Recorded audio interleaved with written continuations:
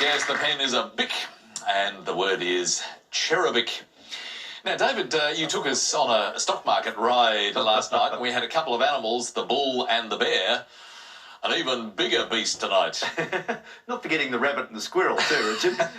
Tonight is the huge animal. It's the elephant. Now, I've talked about jumbo before and where that word comes from, but the elephant itself lumbers gracefully through the dictionary in some great phrases. For example, to have more hide than an elephant is to have a great nerve, you know, a great sort of impertinence. And in Sydney, it also used to be called to have more hide than Jessie, because Jessie was a famous elephant at Taronga Zoo who died in 1937. So it actually became quite personal, in a sense, to that animal, the colloquialism. That's right, yes. Although I don't think that phrase will last too much longer. I haven't heard that for a while. But a white elephant is something that is very extravagant and very difficult to upkeep. And the link here is it's a popular tale linked back to the kingdom of Siam. And he would reward any disagreeable courtier with a white elephant to look after. Oh, a gift you don't want. That's exactly right. So it was, while it was seen as an emblem of honour, it was ruinous to maintain. A pink elephant was, it was believed first sighted by Jack London, the American author, who in 1913, a pink elephant is that idea of a hallucination that you see when intoxicated. He also mentioned blue mice, which didn't catch on. He had a pretty interesting life, didn't he? He did, in fact.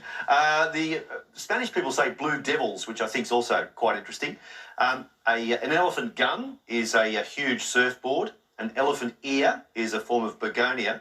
And the other one is the elephant in the room, which is that topic that is very hard to ignore, but often you have to tiptoe around. But there's only so much time you can spend tiptoeing around an elephant before it has to be looked at. And trumpets its presence. That's right. Well trumpeted. Thank you, David. Pleasure. Our scores, Daniel and Kane, 22 each, as we move into our next letters. And Kane, could you deliver them, please? Thank you, Richard. Can I start with a vowel, please, Stability? Thanks, Kane.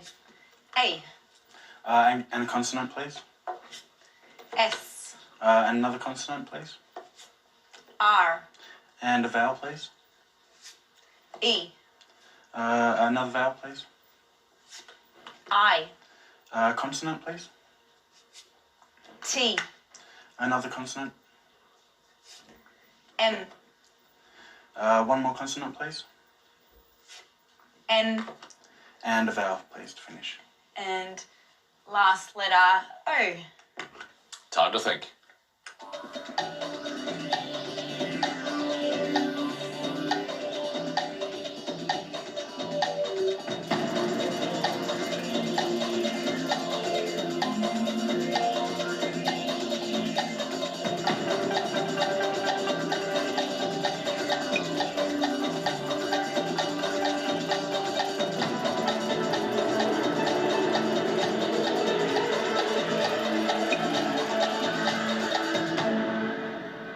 Kane, how did you go? I got a 7 that time, thanks. Well done. Daniel? A 7 as well. Let's hear yours, please. Moaners. And yours, Kane? Rations. They sound good to you, David? They do. And again, Richard, here is that Retsina, R-E-T-S-I-N-A, that Greek wine. And if you mix M with Retsina, it's minarets or raiments, which is another word for clothing. If you mix an O with Retsina, it's senorita, notarized, notaries. But let's go with another 8, and that's store man. Some great finds there. Lovely work, David. But 7 points each for Daniel and Kane. Well, no splitting these two so far as we go into our next letters. From you, Daniel. Hi, Lloyd. Could I get a consonant, please? Thank you. T. Another consonant, please. F. Another consonant, please. C. Vowel, please. A. Another vowel, please. I. A consonant. P. Another consonant, please. H. A vowel, please. E. And finish with a consonant, please. And last letter N. Time starts now.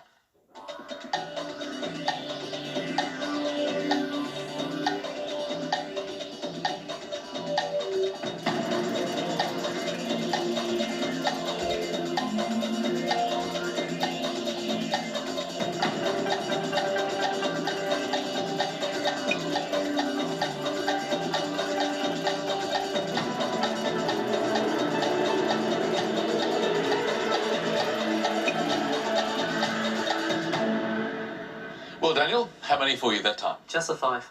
And what about you, Kane? 5 for me as well. Thank you. You are staying very consistent indeed. Well, Kane, what did you get? Thine. Thine. And yours, Daniel? I had panic. Well, I hope not too much, but David, we're happy with those. Perfectly fine. Well played. This really wasn't one of the friendliest mixes we've had on the show for a while. Right. Well, what did you get? Well, I saw hepcat for 6. I thought that might have been it, but then hepatic is also there. Hepatic, relating to the liver for 7. Well found. So, not an easy mix, but Daniel and Kane, 5 each. Still no split between Daniel and Kane, and the last numbers game gave them 10 points each. Let's see if we can get some division this time around. And what would you like, Kane? Can I get a field trip in a minivan, please? Lily, we'll go 1 adult and 5 kids. I love it. Thanks, Kane. 1 large and 5 small kids. And starting with the small ones.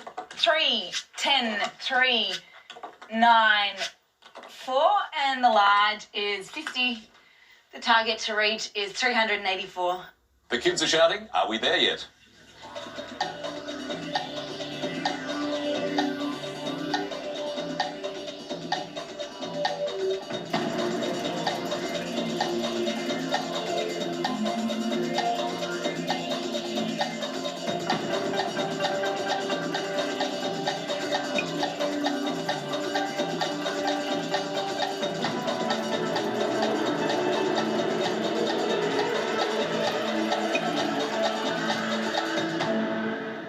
Well, Kane, how many did you get? I was way off. I was out of the scoring range. Out of the scoring range altogether? Bad luck, Daniel? I got 387. 387, so you're well within. You're only 3 off.